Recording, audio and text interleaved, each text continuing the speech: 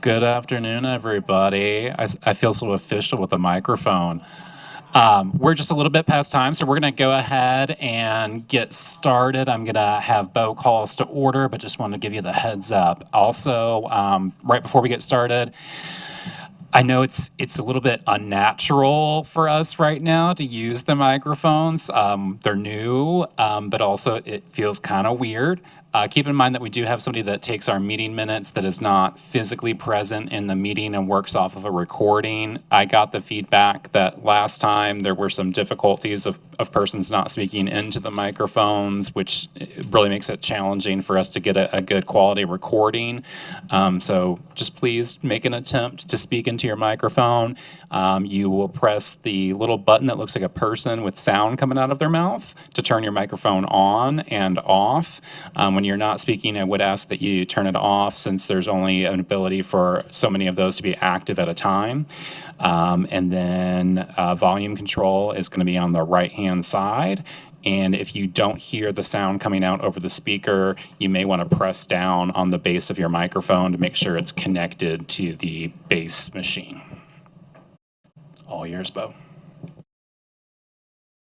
Okay, I learned how to do it. I'm Bo Revlett. I'm the chair of this committee, and I am on the HPI board, and we'll start with just introductions. We'll go around the little square first, and then we'll go this way. So, Councilmember Plowman, you want to start? Hello, I'm Kathy Plowman. I'm the 12th District Council member. I'm Bruce Davis, member of the HPI board. I'm Janice James, member of the HPI board. I'm T.C. Johnson. I'm a member of the board. My name is Marissa Webb, and I'm in the Office of Homelessness Prevention and Intervention. My housekeeping is please make sure that you signed in over by the doors. Thank you. I am Jeff Herron, manager of LFUCG's Office of Homelessness Prevention and Intervention.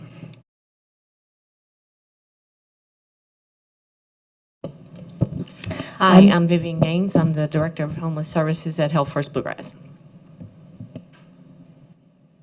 Hi, I'm Tay Henderson from Lighthouse Ministries. Hi, I'm Anita Nellums from BCTC. Hi, I'm Allison Compton, Housing Coordinator at Greenhouse 17. Dale Chapman, St. Michael's Episcopal Church. I'm Asara Geronimo with Lexington Rescue Mission. I'm with the Homeless Intervention Program. Erica Dominguez, Lexington Rescue Mission. I'm Naomi Cluett with Lexington Public Library. Christina Ellison with New Beginnings Bluegrass. I'm Caitlin Dixon with the Division of Housing Advocacy and Community Development here at the city. Dustin Loughton, Street Outreach Hope Center. I'm Danielle Sanders with Community and Resident Services. My name is Andrea Zhang with Kentucky Tenants and Kentucky Equal Justice Center. I'm Nikita Perumal with Kentucky Tenants. I'm Emma Anderson with Kentucky Tenants. Great, awesome, thank you all. And so first we will just review minutes. So you should have gotten it in your packet, but are there any corrections or questions to the minutes?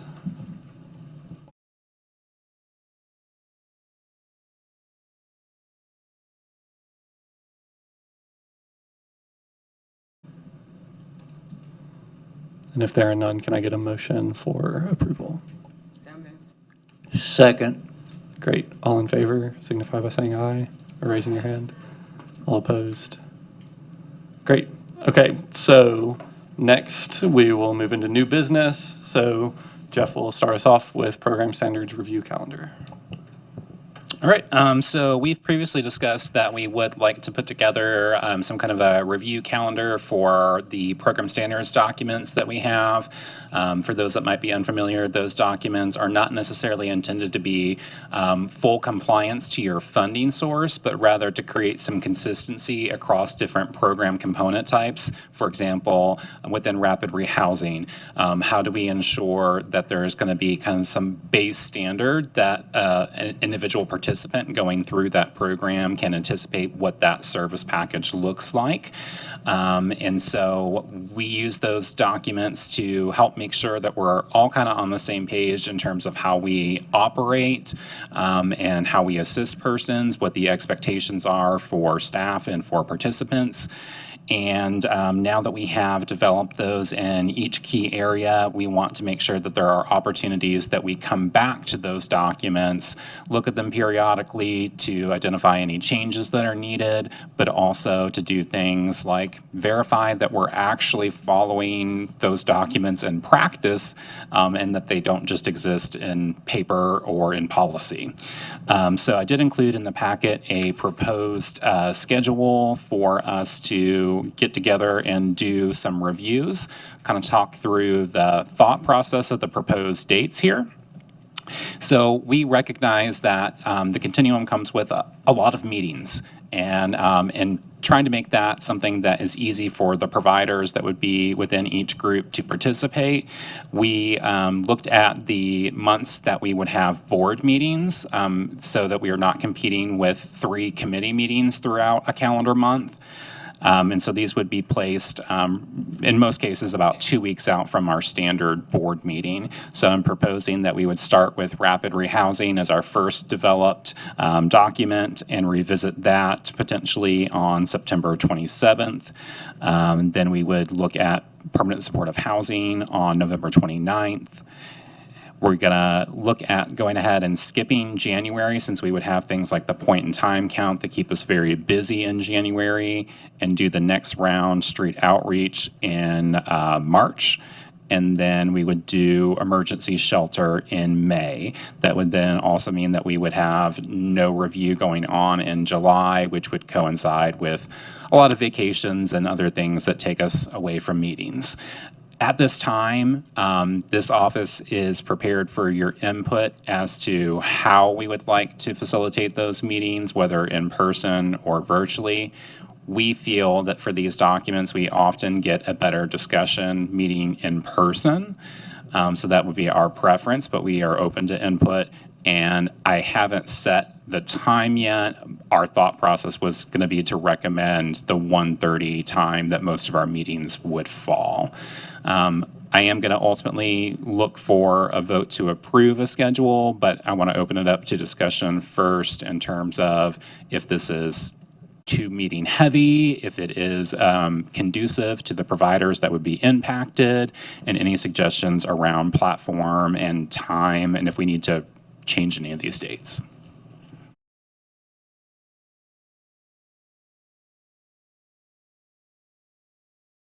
Just to be clear, who would attend these meetings? So definitely anybody that's operating a program in that particular type. So we would have any of our funded rapid rehousing providers would be required to participate. We are glad to take input from other individuals within the continuum, other stakeholders, but at a bare minimum, we would need the participation of all funded partners for that particular type of program. As well as this committee?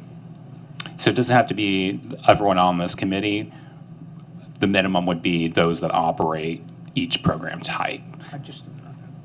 And if, for example, if you as a member of this committee wanted to participate, we would love to have your input. You obviously have experience with a lot of these different types of programs, but we at minimum want to make sure that those that are operating are aware of our policies and meeting them. So your question is directed to everybody in this room then, as far as the convenience of the dates? Yeah.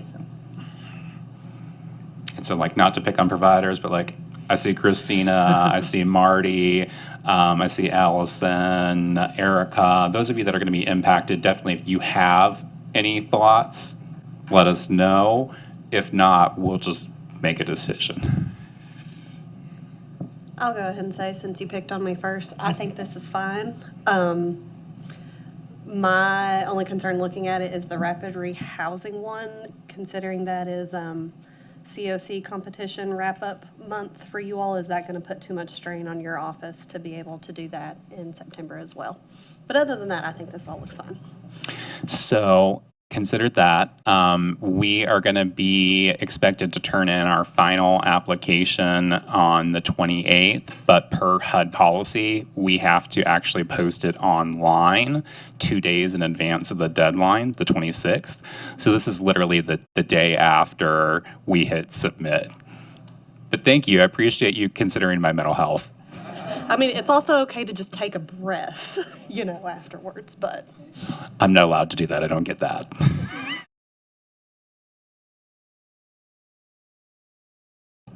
All right, so any other input?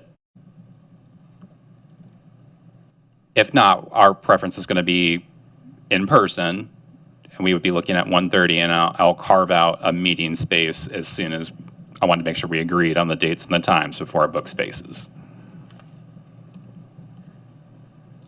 And if anybody has a space that they would want to invite us to that does not involve parking downtown, that's definitely an option as well.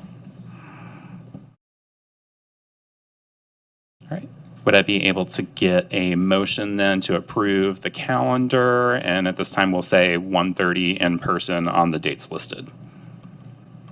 I'll make a motion to approve the proposed calendar dates and time at 1:30. Thank you. I'll second Janice's motion. Thank you. Any additional discussion? I didn't think so. Motion passes. Thank you. Okay, thank you, Jeff. So the next thing on the agenda is an update on source of income discrimination ban. So this is something that is currently before Urban County Council, and we last November, on November 30th, the Continuum of Care sent a letter to Urban County Council supporting a ban on source of income. For context, for people who are unfamiliar with the discussion, this would be a city ordinance that would make it so that landlords are not allowed to reject an applicant just because they use a voucher or some other legal form of income. And this, one of the places that this came from was that last year, especially during PPE meetings, a lot of service providers consistently said that we have vouchers, but landlords aren't taking them, and we're really having trouble getting clients housed because of that, and that this would be a policy that could really support that. And so this is something that has been referred to committee by District 10 Councilmember Dave Savigny. It is currently, as I understand, on the agenda for the Social Services and Public Safety Committee of Council on October 10th. And during that committee meeting, they'll have initial discussion on this. I know that Commissioner Lanter is planning to present and offer, a case in support, as I understand it. And I think that Art Crosby from Lexington Fair Housing Council is also planning to speak to council. And I bring this up both so that we're in the loop about what's happening there, and also we sent a letter last November back when council was first considering this but that was also a previous council, right? We've had an election, and there are, I think, 6 or maybe 7 new council members, 6. And so I think it would be helpful, especially now that it's coming up for consideration again for the continuum, to somehow reiterate why this matters to homeless service providers. And so wanted to bring this to the committee to see if folks had ideas about ways we should do that, or things that, we could see this committee or the Continuum of Care doing by October 10 in order to, communicate what the continuum's position on this is. So opening the floor for thoughts or questions. I'm also just going to go ahead and add that I gave my annual update to council and the same committee yesterday. And this was a point that did come up in the kind of broader discussion about things that this office could use to better its mission and its work. This was a talking point, and Councilmember Savigny did mention that being in committee for October. So I think this would also be, just in terms of the update I just provided to the council, potentially, as Bo pointed out, an opportune time for us to make sure that we're getting this information before the council members to consider.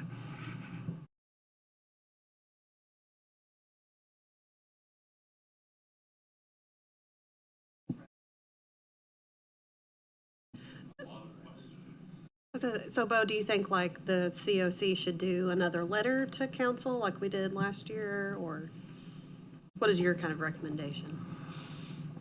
Yeah, well, some of the things I've thought about, it might be helpful to send another letter. I think especially the letter we sent last year was pretty data heavy, and I wonder if providers could have some stories from, clients who have struggled to be housed because of it that we could include in a letter.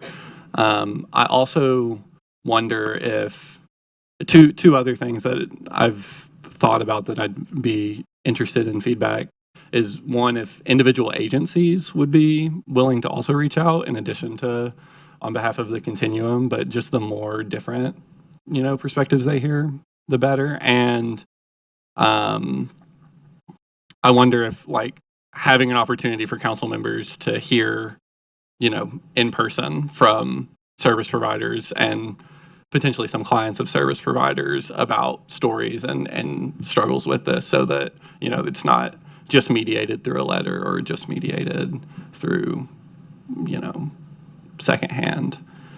I wonder if people would be willing and interested in that.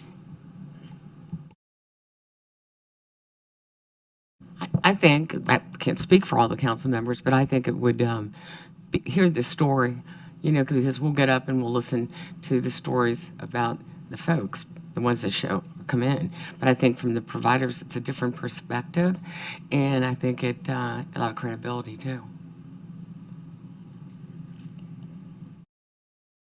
I mean, that's something that I know myself and maybe some other people in my agency would be willing to do, because that's a huge hurdle that we've faced over the last year or two. We've had clients who have had a housing voucher and have had to just give it up because they couldn't find anywhere to accept it. So New Beginnings would be interested in that.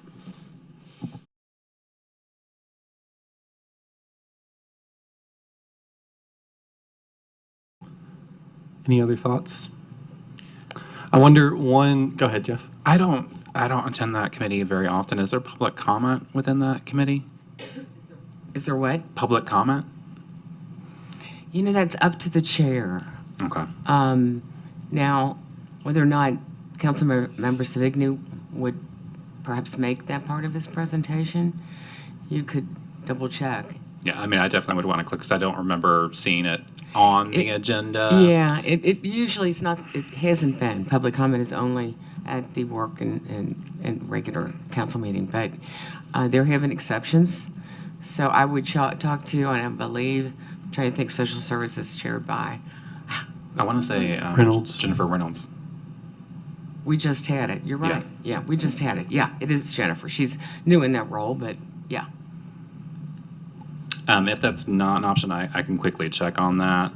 Then I think the alternative would be directly reaching out, or Bo and I had also discussed that another possibility would be we could book a meeting space, or we could, book, you guys could come to the government center. We could find a space on, social services conference room, CAO conference room, Charlie's conference room, and maybe just invite, if council members wanted to attend and sit down with some providers and just hear that firsthand. That would be another way that we could potentially facilitate that. We want to make sure that we're not asking too much of those that want to express their opinion, but we do want to, if you want an opportunity to get that information before, then we want to facilitate if we can. Yeah, and we have a full HPI meeting before October 10th, correct? Yeah, September 13th. September 13th, great. So I wonder maybe I'll get with y'all and any other providers who are interested in helping draft a new letter so that we can have it at the September 13th meeting. And then I can also follow up about opportunities to communicate in person with council members. Is there anyone else other than Christina and TD who are interested in? Greenhouse 17 would be interested in that too. Great. So I'm just going to remind everybody that I have to send that meeting packet out by close of business on Wednesday, September 6th. So I'll need that draft to include by that date. Lexington Rescue Mission will also be interested in that.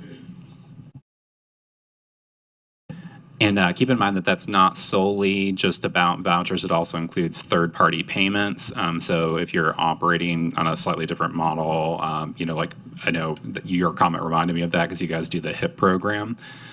So if any kind of financial assistance that you might be doing as a third party, it might be something for you to consider participating in.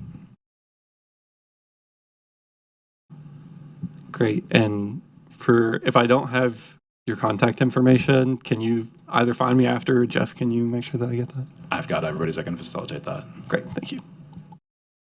Okay, any other discussion or questions on this?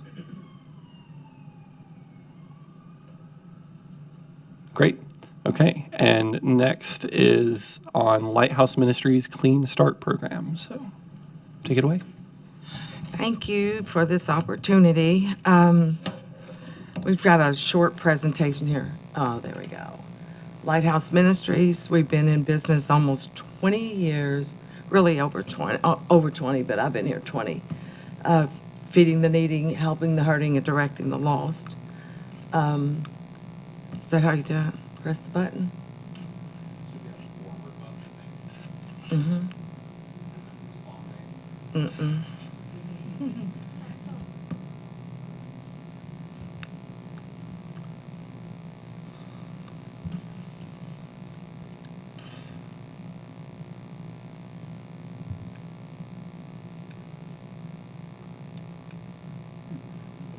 See, I knew it wasn't me.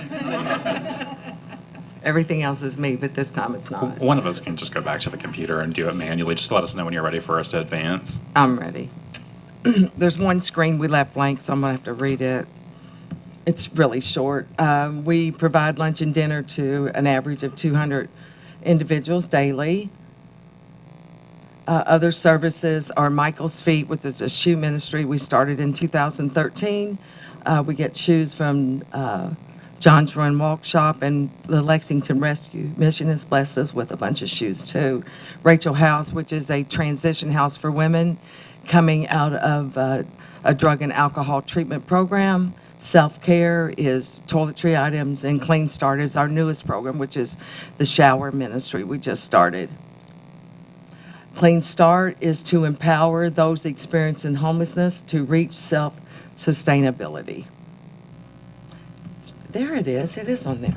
So the overview of Clean Start is to basically a shower and a place for, it's a private shower and a place for personal hygiene, can help those experiencing homelessness feel like themselves again, can restore dignity, renew confidence, and empower them to engage with their communities and seek the services and care they deserve. And that has been amazing. Everybody that's been up there has just, it's brought tears to their eyes. So what we want to be, our goal is to become a one-stop shop for those experiencing homelessness with access to community resources and personal hygiene. So the second floor has been converted into 2 private personal hygiene spaces, office space for community resources, a small kitchen area for group meetings and snacks, and we have an area for medical services. This is one of our showers, and they're really big too. That doesn't do it justice. Everybody goes in there and it's like, wow, it's big. I'm like, yeah, but it's wheelchair accessible too. This is the medical space. We had a podiatrist that donated this chair. That's a 300-pound chair that my fiance and another guy got up them steep stairs. Praise God. That's just one of the areas. And that can end up being another office space too. The kitchen, for volunteers and staff when they're there. Because we have a commercial kitchen, so you can't go down there and fix yourself a bologna sandwich. It's a commercial kitchen, so we made a little kitchen, and everything up there is all the appliances were purchased with a grant. So our community resources, we do have some partnerships already, but because we haven't signed our MOUs, we didn't want to stick everybody's name out there yet. But we're going to do medical. I definitely want podiatry. A haircut started today. Veteran resources, case management, housing assistant, and definitely mental health. We, in the last 13 days, when we opened, we've given, I think after today, probably about 90 showers. And I know at the beginning, New Vista definitely with their overflow was sending them to us. I don't think they're doing that anymore. And we need clothes. So we've been going through, I don't think New Vista does clothes, or they don't have a lot. So we really have been through a lot of clothes. So looky, and we just got our chairlift put in yesterday. So there I am taking the first ride. Yeah, that's a blessing too. We needed a chairlift. So, praise God. 190 Spruce Street, side door donations. Yeah, yeah. So first of all, I just want to congratulate you because I know you worked really long and hard to make that come true. We think it's a great addition. We do, obviously get requests for shower services, and I know New Vista has a lot of persons that show up there, and sometimes it's long wait times. Folks that, for example, might have a serious mental illness that's hard to wait and be around a lot of people, and so I just think that it's great to continue to expand in this area. I was going to share that you actually provide a change of clothes if people need it. And so when you say you need clothes, that's what we're aiming for. So in addition to being able to drop that off to Tay directly, I can't necessarily agree all the time, but if it's more convenient, like Kathy, if you had something and you wanted to give it to me, I'll make sure Tay gets it. I'll try to work with people to make it convenient to get it over to her. And just wanted to make sure that Tay could share a little bit with you all about her new program, and if there's any service providers that might be interested in accessing any of the spaces that she has available for services, definitely feel free to chat with her or talk about it now, even.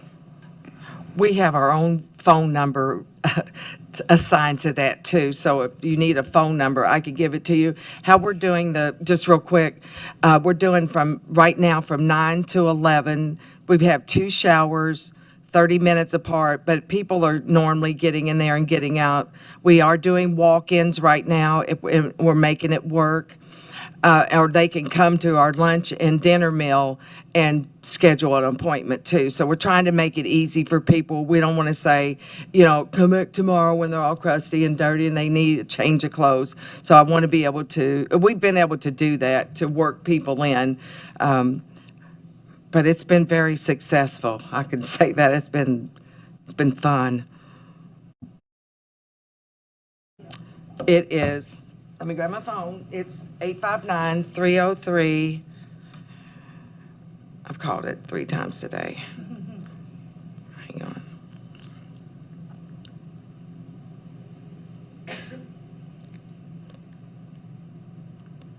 (859-303-7014).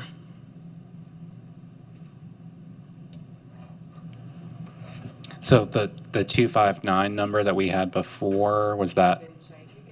You can still call that number and we'll get it, but I felt like it was easier for us to just have our own line. That way we can leave message, we can take care of it right then. So we were also working on getting those showers added to the resource guide, so we want to make sure we correct that number and get it routed to the 303 number. Thank you.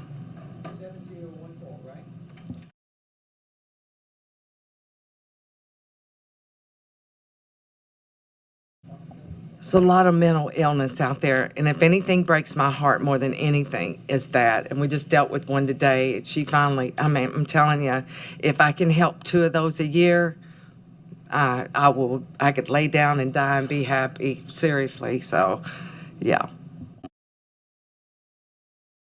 Thank you again. I really appreciate everything that you're doing over there and that you are thinking about more than just, the meal or the shower. You're thinking about the whole person. So thank you.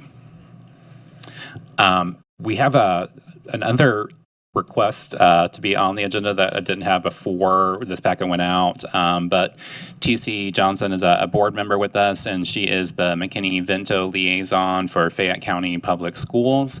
Obviously, the school year just started, and she's already been a very busy lady, so she wanted to request a couple minutes of our time today.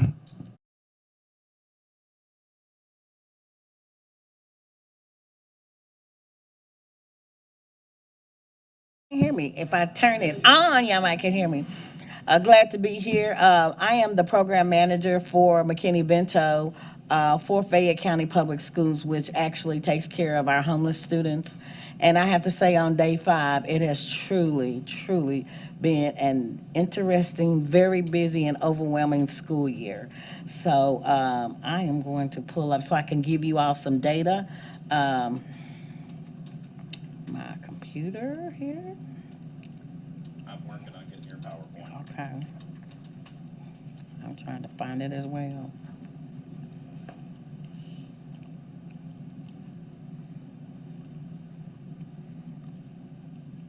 I started asking questions because this year really turned out to be extremely, extremely busy. Last year, just to give you all an update on where we are, last year we increased by 13% of our homeless students for 2022-23 school year. So that was overwhelming. We had 943 cases. 67% of them were doubled up. 15% was transitional housing. 15% was hotel motels. 2.5% was unsheltered, and there were 7% of the unaccompanied. The unaccompanied are the ones that really have my heart. And those are our high schoolers. Most of them are our high schoolers that are pretty much on their own. They're either at Auburn Youth or they're actually couch surfing. And so being new, I will officially be a year in next week. And so being new, after 22 years at Winburn as the Youth Service Center coordinator, I just kind of hit the ground running. And so I realized the one group that we really need to reach out for is our high schoolers, because once they leave us, if we have not tracked them, and that's what I found out, we were not tracking them to make sure that they have a pathway, whether it's the workforce, or whether they want to go to college, or even get a certification in a trade or something. So those are pretty much a target that I have. But our overall goal, particularly this year, after I told them I am an attorney without the bar exam, y'all, and I am a compliance officer to make sure that Fayette County stays within the federal law, that we are doing what we're supposed to do to ensure that our students actually get the same equal education that all the other students get. So last year, what I realized that a lot of our counselors, mental health specialists, people in our schools did not know who those students were, so that they could actually provide extra support. So one of the things that we did was we added a purple flag in, so now that those staff members that are working with those particular students, they know to provide them with extra support. So that makes our load a lot easier, because the more hands that we have on them, the more support that we can ensure that they're getting education, after school tutoring if they need it, if they need help with anything as far as graduation. So, okay, that's okay. I'm just going to go off my numbers particularly. I printed out the report today before I came, and we currently have since August the 16th, 251 McKinney-Vento students, and I'll probably have 10 or 15 by the time I get back to the office today. And so our biggest challenge has been we've had so many at at the start of the school year that transportation is totally overwhelmed. We have about 130 requests for transportation. And so we were able to buy 2 actually vans last year. So we have been transporting. So I've been up at 6 in the morning transporting students and then picking them up in the afternoon and getting them back to where they reside for. So this year has kicked off because I started asking questions, have we ever had this many at the beginning of the school year? And the answer I've gotten is no.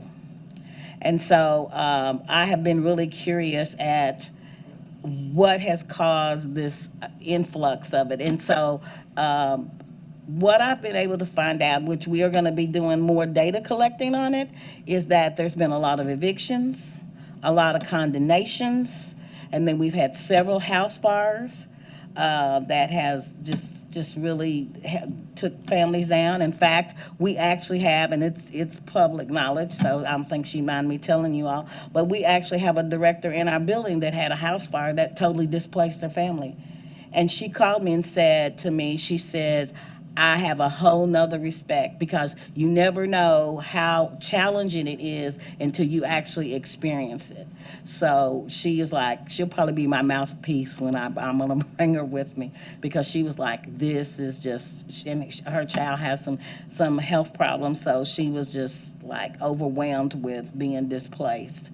But we're finding out that the increase in rent has been a huge challenge with our families. And so, and I just kind of, okay, I do me. I just like, okay, we have like our cafeteria workers, they work 6 hours. And so I started calculating how much they make a month. So they will bring home is around $1,500 a month. That is really they can't cover rent. So what do they have to do? They have to do another job. And so what does that also do to them? That takes them away from their kids. And then childcare sometimes becomes a huge issue for them.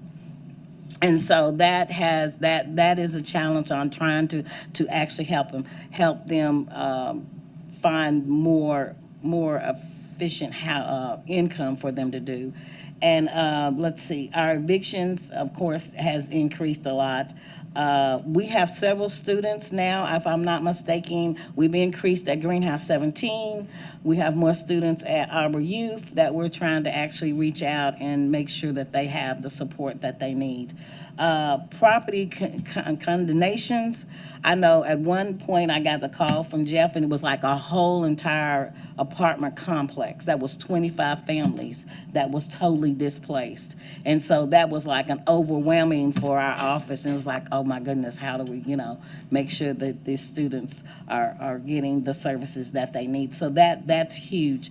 And so we have hit the ground off running this year on trying to make sure that those students are placed and that we're able to track them and actually keep up with them.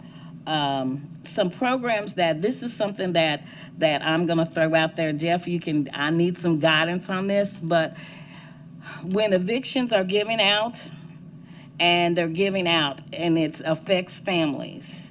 So is there a way that we can come up with a program to expunge if they do a certain amount of classes that we could do an eviction expungement? Because families, right now, I have a family that's living on a car lot. I have 2 families that are out in the horse park. They're navigating, they're bringing their kids to friends for them to get to school.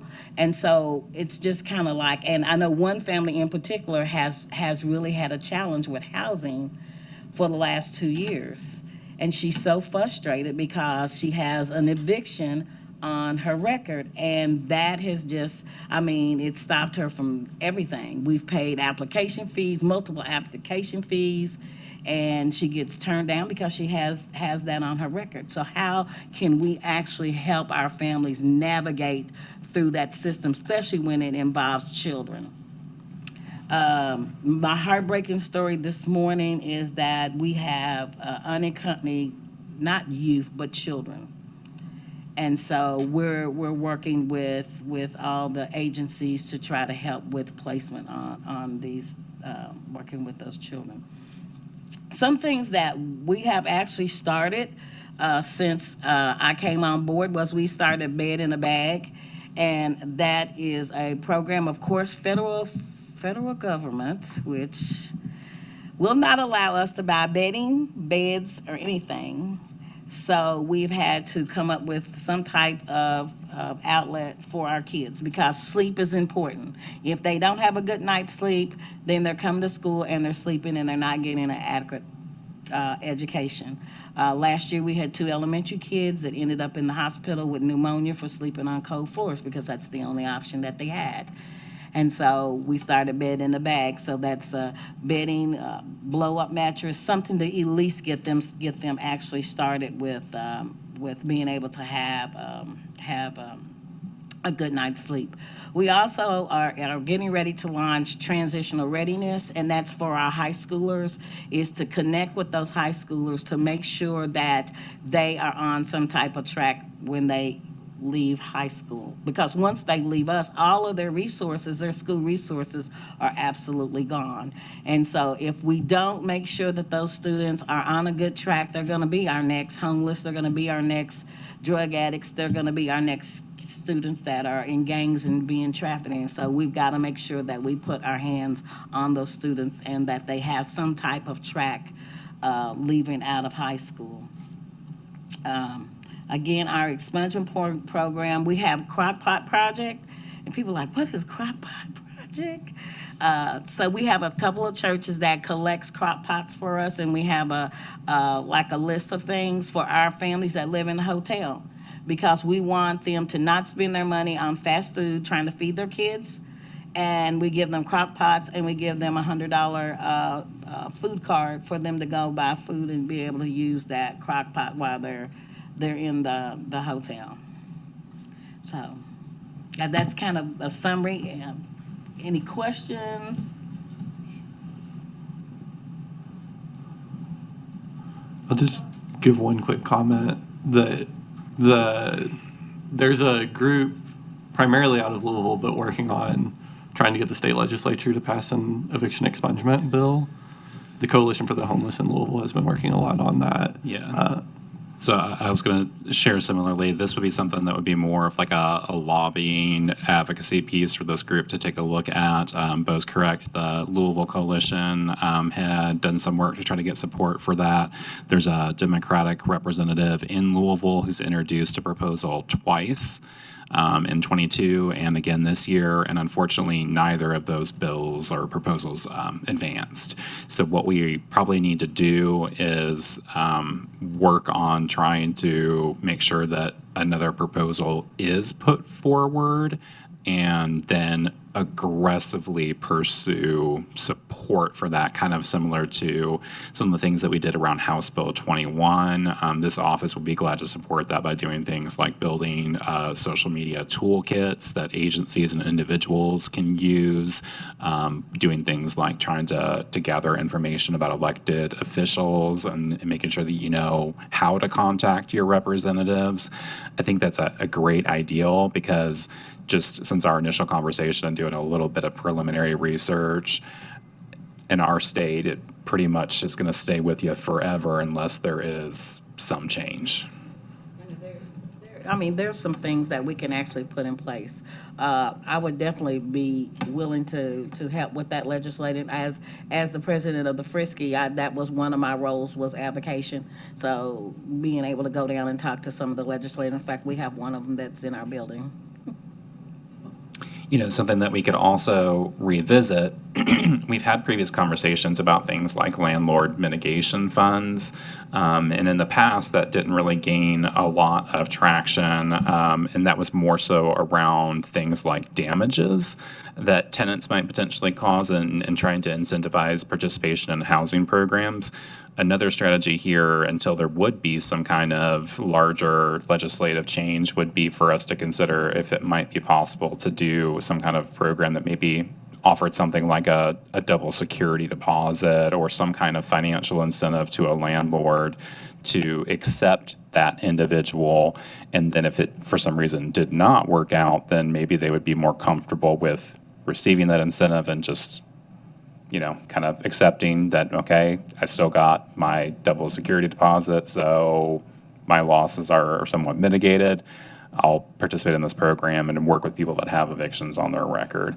And then potentially that could be a pathway to get some data about the success of that kind of intervention, to where we could continue to look at if it's something that we wanted to keep in operation and pursue additional funding for. Start. A question for you. Is there anything that's circulating in the community that has a community resource guide? One of the things we're trying to do as well is when our parents come in is to give them a survival kit that has lists of things in it that helps with like the rights of McKinney-Vento, what a community resource guide to give them some direction, a list of our health clinics and those kinds of things so that they can. So like I know my office has steered clear of trying to produce anything in paper that has to be updated quite often. I know we have something that would be more for like our homeless resources like meal programs, showers, shelters. I understand you're definitely looking at something more robust than that. We would be glad to send you any of the materials that we work with on a regular basis. We can also send you some of the Lexington homelessness materials. For example, there's a resource about what to do if you're facing eviction. We could provide some of that. But there might be some persons in the room that might have internally within their organization some resource guides that they might be able to offer. What about those kiosks that are being put up? I know Hope Center got one. I worked on it before I retired. myky.info. Yeah, because I would think Fayette County would have one of those because the way they're supposed to work, they're supposed to be very user-friendly, and you put in what you need and it pulls it up. Do you know if they have I think the any? library has one. Yeah. We If you have want- two set up at BCTC Yeah. in the Student Service Center on Newtown. And then there's one also at our Leestown campus in our nursing building. It'd be Building M. But the other thing is if they have a cell phone, it looks exactly the same on their cell phone. If they type in myky.info, it's the exact same as the kiosk. It's all the free resources in the state of Kentucky. Yeah, As long as the agency agreed to Agreed to be submit. in it. Yeah, which is myky.info. And we list that on our resource cards as kind of a catch-all that will help people that maybe need something other than just emergency shelter, street outreach. We do have a relationship with one of the gentlemen that's responsible for that program. We're glad to try to facilitate it in communication. But yeah, that's a resource that we tap into a lot. In general, we found the interface to be much easier to use and slightly better information than things like 211's website. 211, I think, does a great job over phone, but their website I find very perplexing and challenging. I do know that the one thing that we do have is ours is all in-house. So parents can actually go in there and they can put in with their requests for help, and it may be for the mental health specialist or the youth service center. So we do have that, but it's within in-house. So that would be good to maybe put that on our webpage. It's really, really, really user-friendly. Like it's female, male, age, food, like whatever you need. It's very user-friendly. You might just reach out to them because they get people to sponsor the cost of them. I'm not sure. Fayette County probably could afford to have one, but you could have the internal resources and the external resources. So you could check into it anyway. Every little bit helps.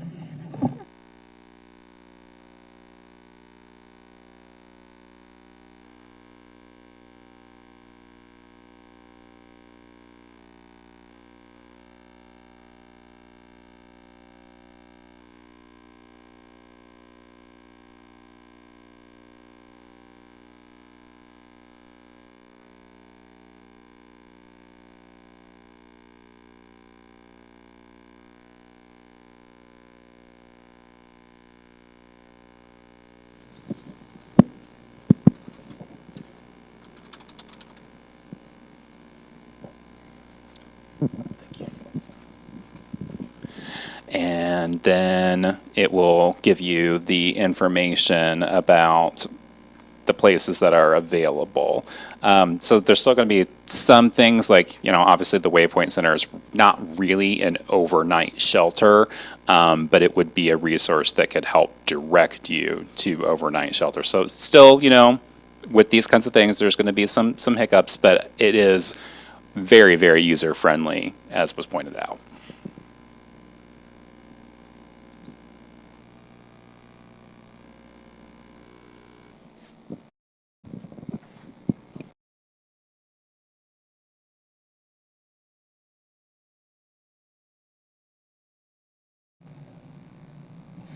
Just an idea, one thing you might do, this is what we've done for our students. We made a QR code for that. So like we've just got it posted up. So, because I don't think they use the kiosk a lot because it's public, right? They're in an open space.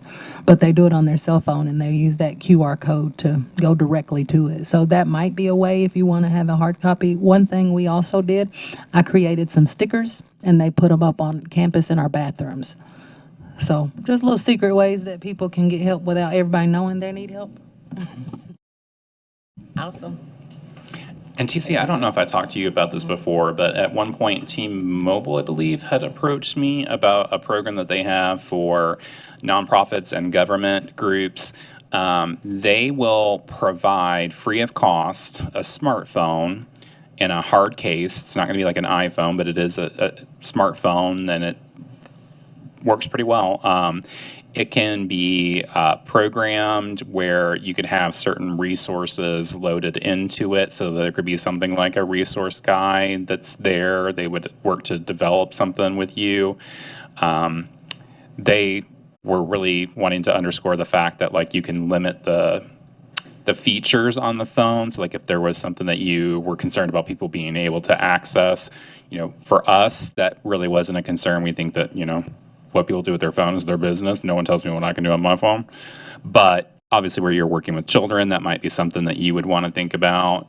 You can have a logo of your organization or something as the home screen. There's lots of different programming capabilities. The challenge that we had when they came to the continuum of care was there's still a cost for the phone service itself, which is around $40 a month.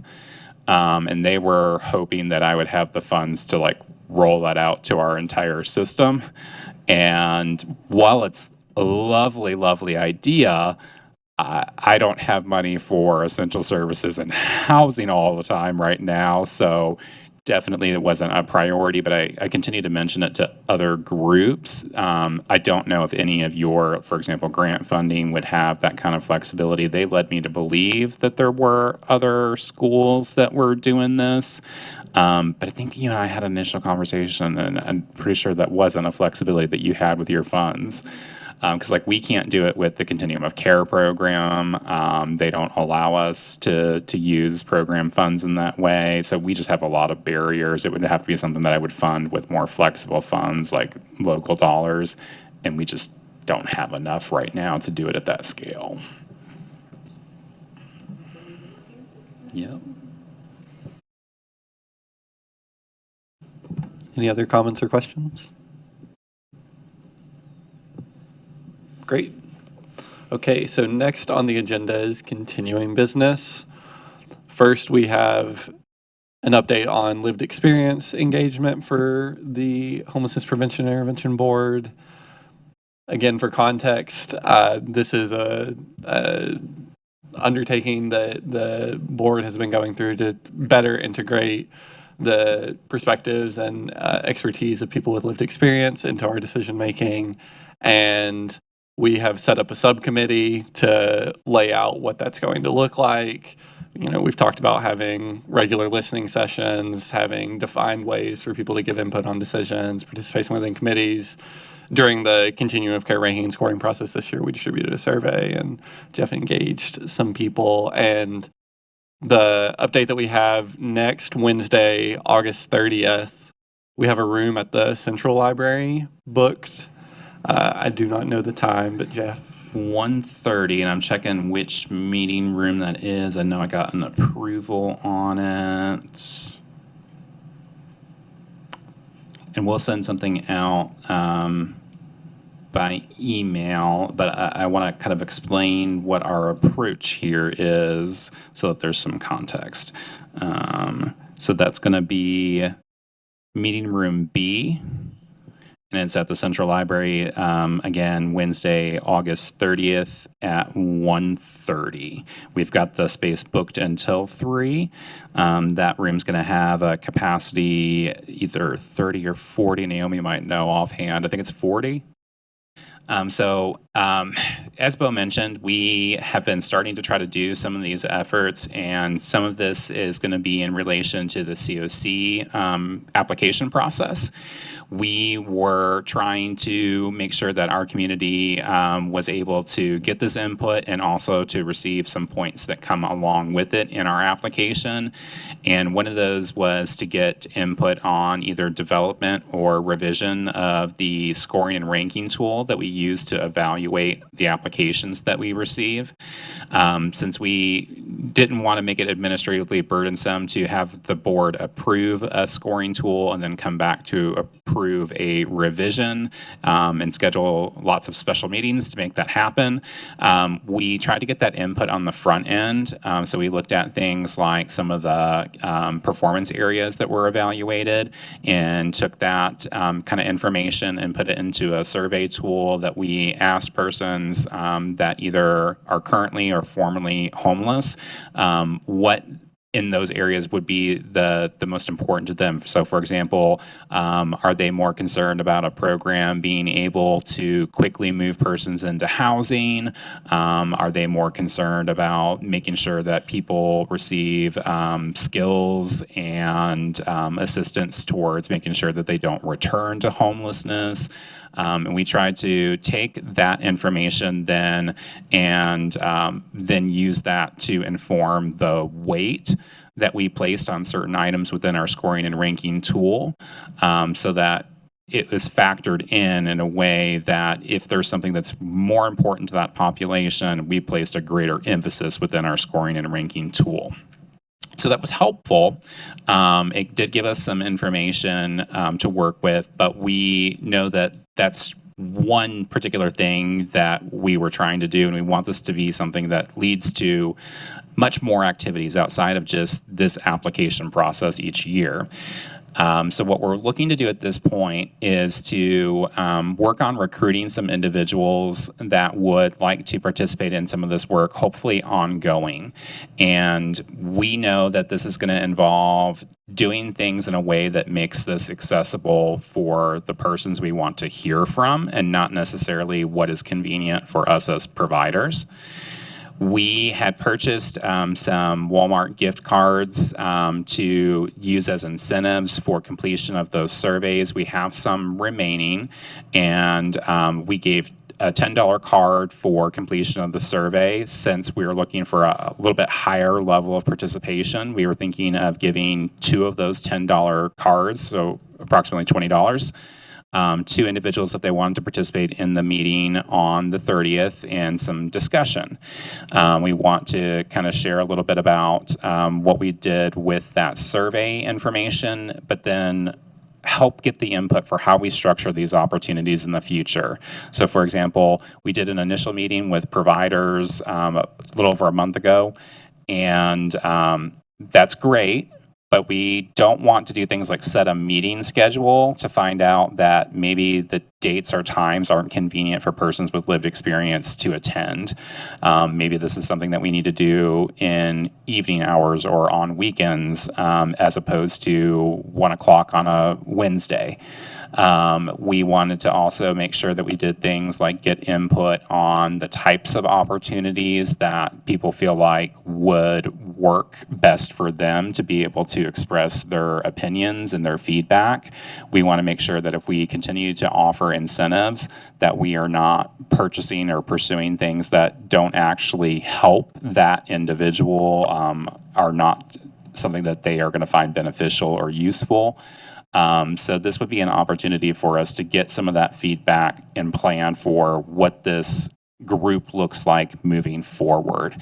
So kind of that ask that I would have today, and if for those that we need that aren't present in today's meeting, we'll reach out to them. My office will individually.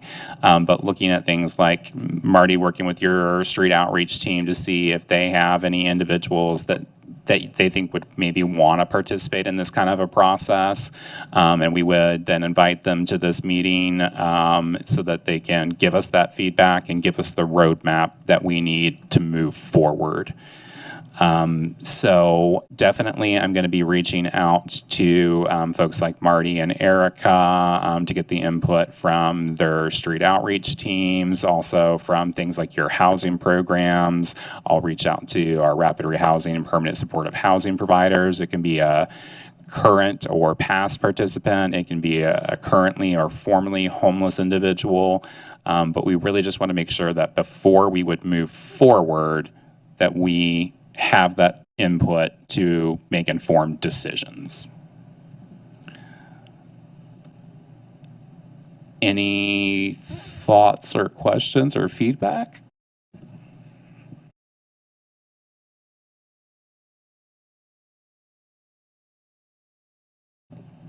We are a really chatty group today. I have a question. Yeah. Would you like to advertise that meeting to the library customers between now and then? So we talked internally about doing something like a flyer. We even had one that was made up. One of the concerns that I have with that is that right now I have 43 Walmart $10 cards remaining. So if we were to do 2 of them, I roughly can do about 20. That's also a room that only holds 40 people. So I'm nervous about advertising an incentive that if I was to get overwhelmed and have 100 people and not have 100 gift cards, obviously that would be a little bit of a problem. But also we want to make sure that the size of the group is still small enough that it doesn't overwhelm the space and that we are able to have a productive conversation.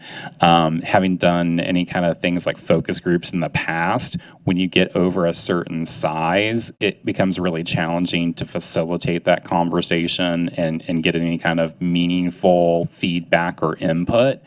So our thought was to first start out with this meeting to be more kind of targeted recruitment, and then use the information that we get to kind of structure future opportunities. I think eventually we are going to have things that we're going to want to advertise. I think this time around we're going to use a little bit more word of mouth and recruitment so that we kind of structure this correctly, if that makes sense.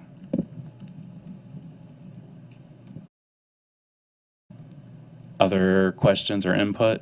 So will you just like ask certain providers to make sure that they sort of recruit somebody from within their service area? Yeah, so we're going to be going to, like I'll talk with New Beginnings and say, do you have any participants in any of your programs, whether it's your COC or ESG programs or other programs that you've operated? Do you have anybody that you think might want to have their voice heard? I know that in a way it's going to kind of limit the input initially by not having like widespread advertisement, but it's kind of a balance of making sure that we do get the kind of participation that we're seeking.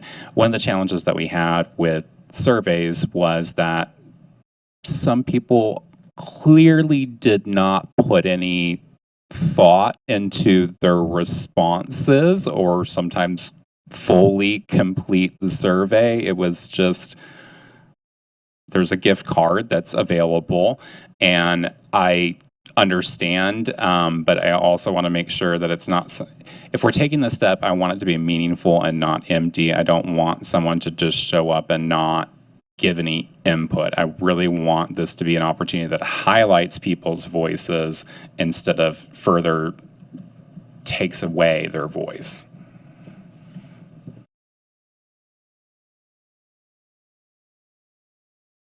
So it sounds like we'll just work offline with some of our providers on trying to do that recruitment and bring it together. Hopefully we'll get at least enough individuals with us on that date that we can get rolling. Providers are still going to be welcome to attend that meeting, but the focus is going to be more so on those with lived expertise, and then come back around to that provider group and start to blend the two groups and make plans moving forward. Great, thank you. Next on the agenda is Marissa on program standards. Hello. So let me move this closer to me. Since we just approved that program standards review calendar, I will be reaching out to each organization, providing them with a copy of the current standards, also where they can find those standards ahead of those meetings. That way we can get some of that discussion happening both online, and then that way folks also feel prepared for when we do meet in person at those meetings. The only other update that I have specifically is regarding the emergency shelter standards. And those shelter standards were approved without that amendment at the very end regarding winter weather and emergencies that would require potential overflow, because our system is currently looking at a potential winter-long solution, as well as examining what would maybe be best, a best fit for our system. If we do have a separate winter-long shelter, then perhaps that amendment would be moot because it wouldn't be quite as applicable in the same way that we had originally envisioned when those standards were first drafted. So as such, we're going to keep it kind of as is. Once the winter weather plan comes to fruition and is enacted, then I think it would be wise to revisit and determine if that winter weather plan is a long-term solution, and if not, think about in connection with our standards how we can make sure that both are allowing folks to have dignity while residing in an emergency shelter and also accommodating those shelters as well. Great. Any comments or questions? Okay. Jeff is next on IDs for those experiencing homelessness. And I'm going to display on the screen. I didn't have a chance to do this with everything that I had on my plate in advance, so I did an updated report for us on the ID program. Just wanted to share some of that information with you all. So in the June meeting, we had done an update to let people know kind of where we were at with the funding that was proposed, and I'm going to try to make this a little bit bigger for you.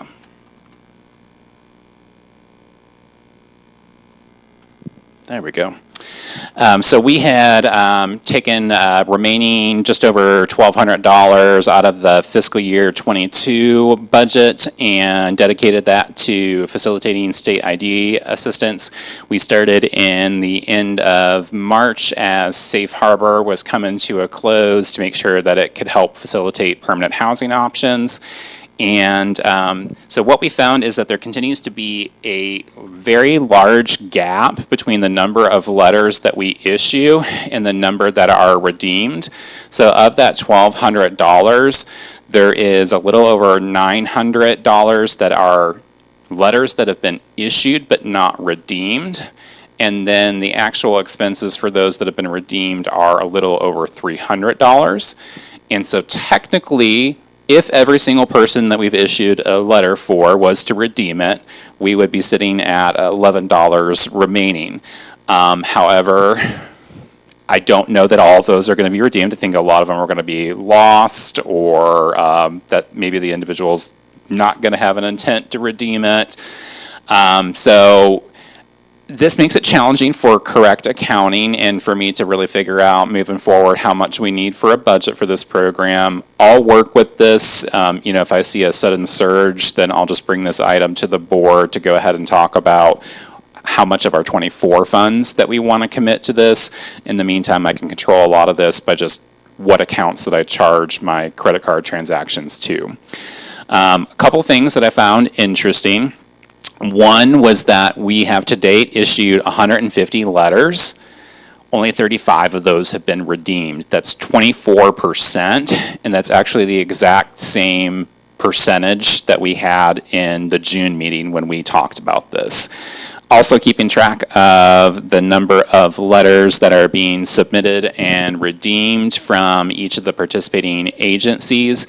Now these are going to have percentages that range anywhere from about 13% to New Beginnings has 100% since they have one that was submitted. The next highest would be 40%. So we're still struggling, and I just want to continue to highlight the point that the letter alone does not remove all barriers for the person. I continue to encourage thinking about taking people in groups or somehow providing transportation assistance, even if that might be something like a bus pass. Even just some of the case management touches on this, talking with an individual, having follow-up, asking if they've redeemed it, asking if that's something that we need to reissue the letter. We'd be glad to work with somebody to get a replacement letter if it's for some reason misplaced. There's not really a cost for us to do that, so we would be glad to facilitate it.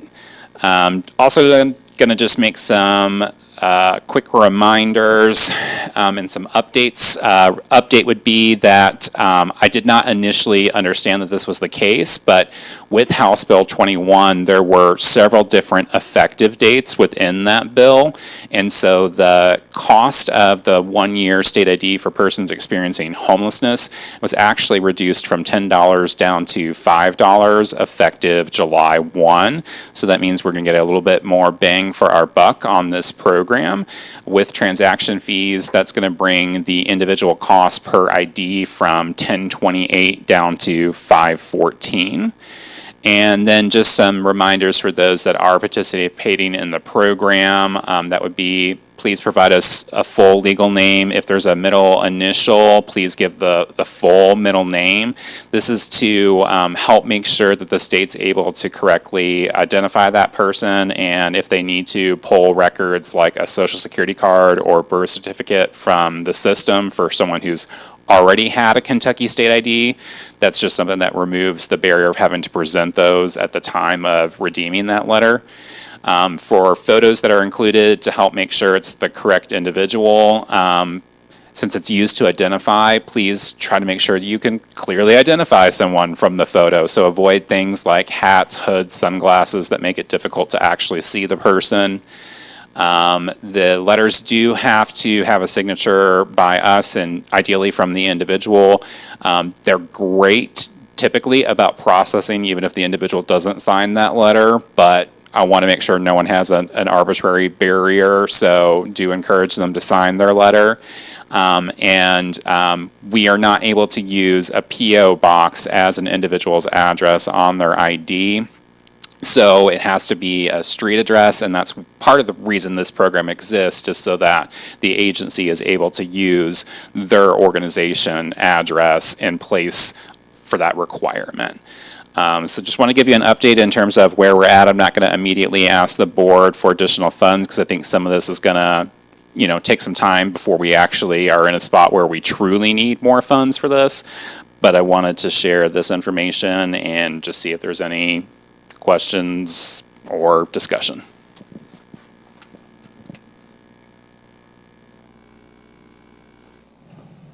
On the rate of redemption, I wonder, is the plan to continue to monitor that rate and then at some point just start issuing letters above and beyond what we have accounted for with the expectation that some of them will be redeemed?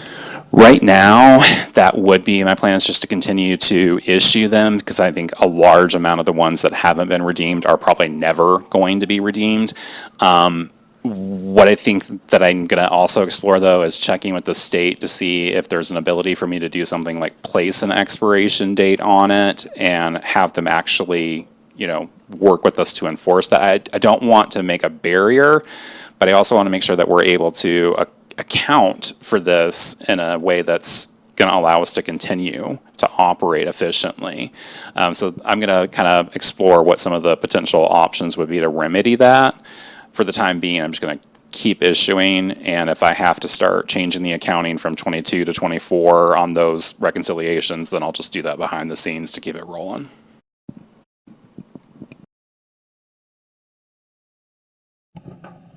Great. So the last thing on our agenda, and we are 12 minutes until the hour, is National Homeless Persons Remembrance Day, and that's Jeff and Dale. So. All right. So I'll just kind of lead this off and hand it over to you. Very well intentioned as I might be, I am a person that has a lot on my plate. So we had discussed that this might be something that my office needs some assistance in trying to facilitate. And so I went back and had a conversation with Dale about trying to help facilitate our meetings and have the OP kind of take a step back to participate in meetings and facilitate any of the steps that are appropriate for us to facilitate, but just see if we could get a little bit of support in terms of planning and facilitating some of the meetings. And Dale was gracious enough to accept that, I want to say, offer, request. So at this point, I'll turn it over to you. I know that we had previously discussed a potential meeting schedule by Zoom, but now that somebody else would be facilitating this, I want to make sure that any kind of a meeting schedule would work for you. So I think that's the primary thing that we would seek to accomplish today. Right. The last meeting, as I understand it, was in May via Zoom, and I don't have any of that information. So the schedule of which you speak, I have never seen, which makes it hard for me to respond to whether or not I can make it work. But I have a pretty flexible schedule, so. I don't think that I have those notes in front of me. I'll work to get them to you, but I'm pretty sure that we were looking at trying to keep it, if we went that route, pretty close to the original day and time that was proposed. To be honest, no one has come back to ask me or work towards movement on that. So I think if we needed to adjust, we could make a decision on without having that information in front of us. And in February, there were a number of people who indicated an interest in working on this project. You have that information, I trust? Yes, we do have, I can get you individuals' contact lists so that we can send something out. If there's not necessarily a clear consensus today, we can also send something out like a doodle poll or something by email to gauge when would be the best times for those that have agreed to participate previously. And I could also send something out via our listserv to make sure even if they hadn't participated in previous conversations that they were able to move forward with us. Great. I think that then is kind of the route that we'll go since I don't have those notes with me. Great. Any other comments or questions? All right. Next on the agenda is other issues and public sharing. Anyone have anything to add?